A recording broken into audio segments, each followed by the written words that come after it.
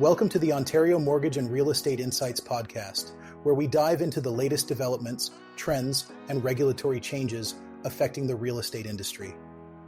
I'm your host, Steve Hamilton. With over 25 years of experience in sales and business development, I aim to provide you with insights that help you make well-informed decisions in the real estate market. Today, we're discussing a hot topic that's been making headlines: the Ontario government's insistence that it can meet its ambitious housing targets despite facing significant criticism. Ontario's Housing Minister, Paul Calandra, recently reaffirmed the province's commitment to building 1.5 million homes by 2031.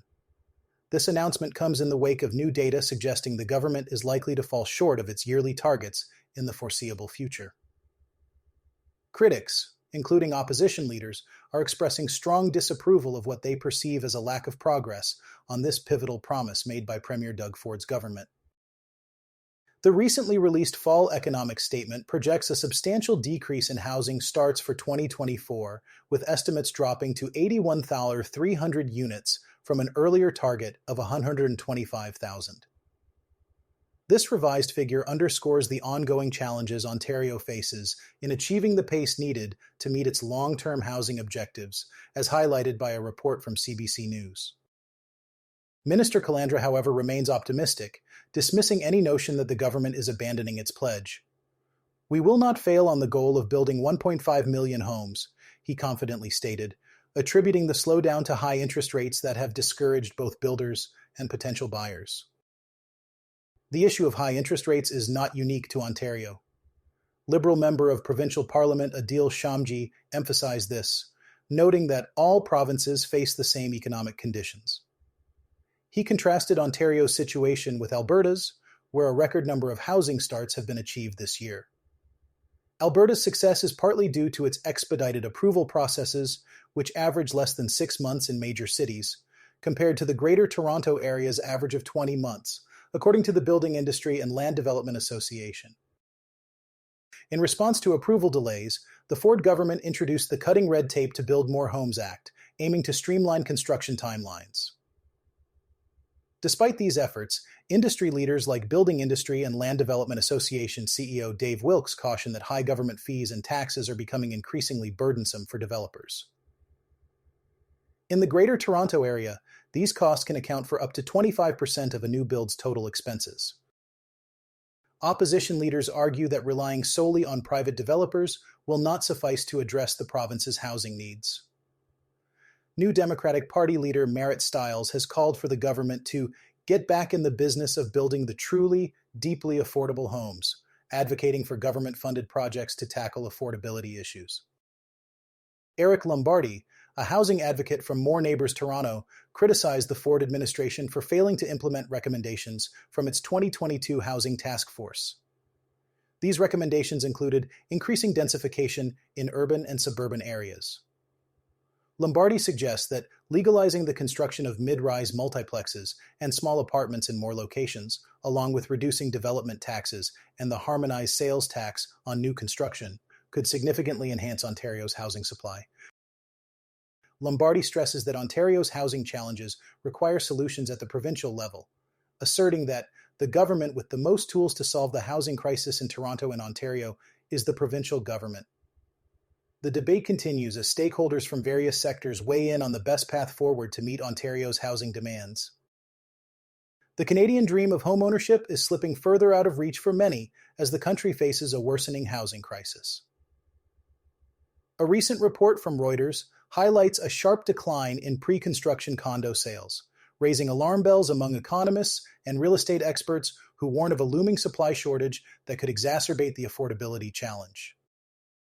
Pre-construction sales, where investors typically purchase condos before they are built to rent them out, have traditionally fueled construction in major cities like Toronto. However, these sales have plummeted to historically low levels, stalling the funding needed for new housing projects. John Pasalis, president of Realosophy Realty, paints a vivid picture. "If you think moms and dads with strollers are lining up at condo projects to buy 500-square-foot condominiums, they are not," he says, highlighting the crucial role investors play in this market segment. Several factors are attributed to the decline in investor interest. High mortgage costs, lower prospects for capital appreciation, slower rent increases, and uncertainty about future interest rate drops and government intervention have made pre-construction condos a less attractive investment. The lack of pre-sales means construction starts are expected to fall in the coming months, reducing the supply of new homes in the years to come. This is a worrying trend, as Canada needs to significantly increase housing supply to meet growing demand. Robert Hogue, a housing economist at RBC, warns, "We are not going to balance the market for ownership in the next 4 or 5 years." He highlights the ongoing demand-supply mismatch that could further exacerbate the housing crisis. Despite the federal government's implementation of various measures to address the crisis, including recent changes to mortgage rules that allow first-time buyers and those purchasing newly built homes to take loans with 30-year amortizations, critics argue these measures may not be enough to incentivize construction as long as investors remain hesitant. Adding to the complexity of the issue, increasing supply in certain markets, like Toronto, has dampened investor hopes of future capital appreciation. Despite government efforts to control population growth by limiting immigration, demand is still expected to outpace supply. A recent report by the Canada Mortgage and Housing Corporation revealed that new condominium sales were down by more than half in the first 6 months of 2024 compared to the same period last year. Alida Bjorworth, Deputy Chief Economist at the Canada Mortgage and Housing Corporation, emphasizes the challenges developers face in securing funding for new condo projects, stating, "Building these large condominium structures is quite difficult these days." As the condo market grapples with these hurdles, the broader implications for the Canadian housing landscape remain a pressing concern. In these challenging times for Canadian homeowners, mortgage brokers are playing a crucial role in helping borrowers navigate the turbulent waters of high borrowing costs. Even as interest rates have begun a downward trend in the latter half of 2024, many homeowners are feeling the pinch as mortgage costs have surged over the past 2 years. This has led to a wave of renewals at significantly higher rates, causing concern among borrowers who are struggling to manage their payments. At the recent Mortgage Professionals Canada conference in Montreal, industry leaders shared their insights on how brokers can guide their clients through these difficult times. David Larocque from TMG. The mortgage group emphasized that clients often fear the worst when facing rising rates, but there are usually solutions available. By running the numbers, brokers can often show borrowers that their payments might not increase as drastically as they fear. For instance, even if rates have doubled, the actual payment might only go up by 30% if the client has already paid down some of their mortgage. Larocque pointed out that extending the amortization period to 30 years can help ease the payment burden, allowing clients to maintain their financial stability. Although these conversations might not result in immediate new deals for brokers, they build trust and set the stage for future renewals. As Larocque noted, delivering value to clients during these times is the most important thing brokers can do. Empathy is key when having potentially uncomfortable conversations with clients, according to Jill Mollering of Mortgage Architects. She stressed the importance of understanding that clients might be embarrassed to admit financial stress. It's vital for brokers to ask the right questions and understand each borrower's unique situation. Mollering highlighted that many clients might initially seek the lowest interest rate, but it's crucial to delve deeper to understand their true concerns, whether it's their overall debt load or monthly payments. Philippe Bellon from Consortium Hypothécaire emphasized the importance of clear communication in alleviating client anxiety. He pointed out that clients rely on brokers to interpret complex information and provide intelligent advice.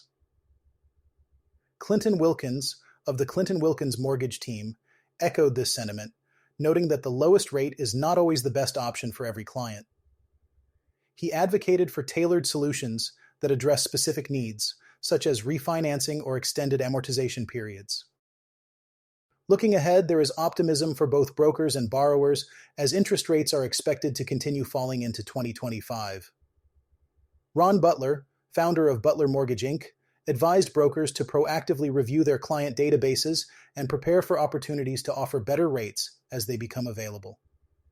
He stressed the importance of honest communication about potential penalties and savings, ensuring clients are well informed about their options.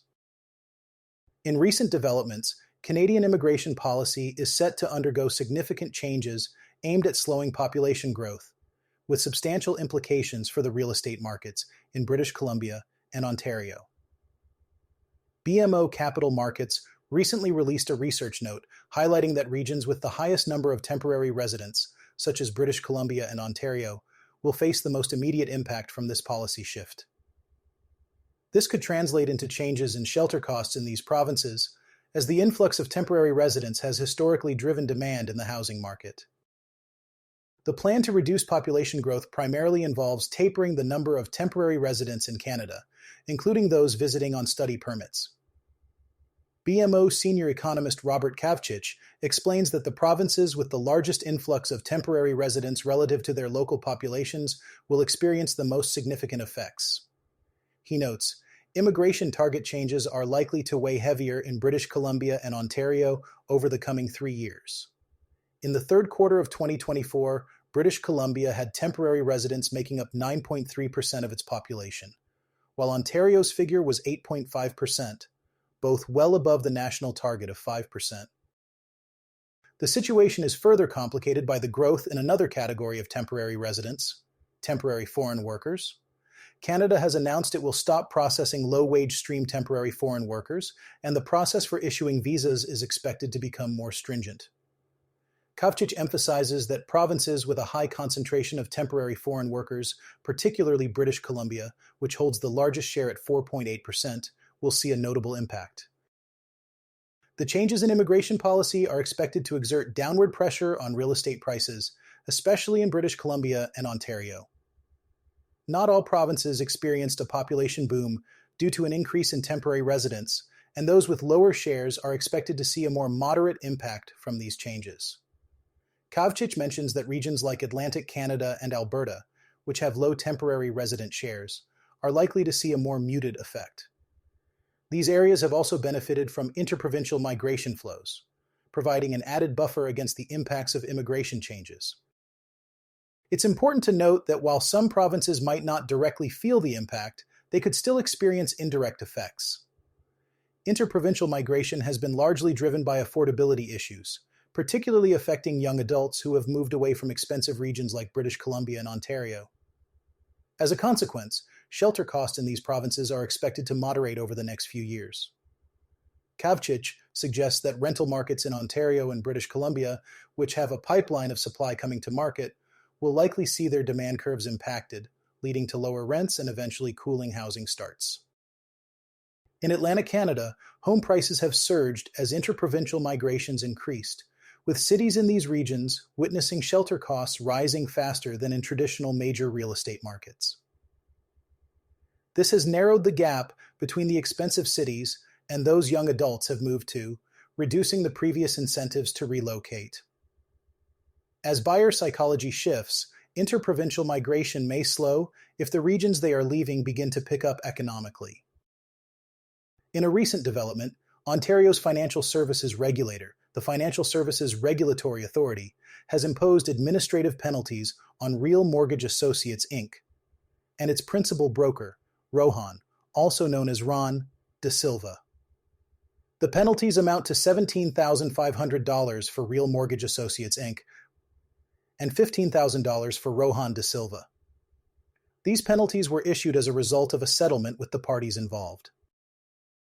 The Financial Services Regulatory Authority found that Real Mortgage Associates, Inc.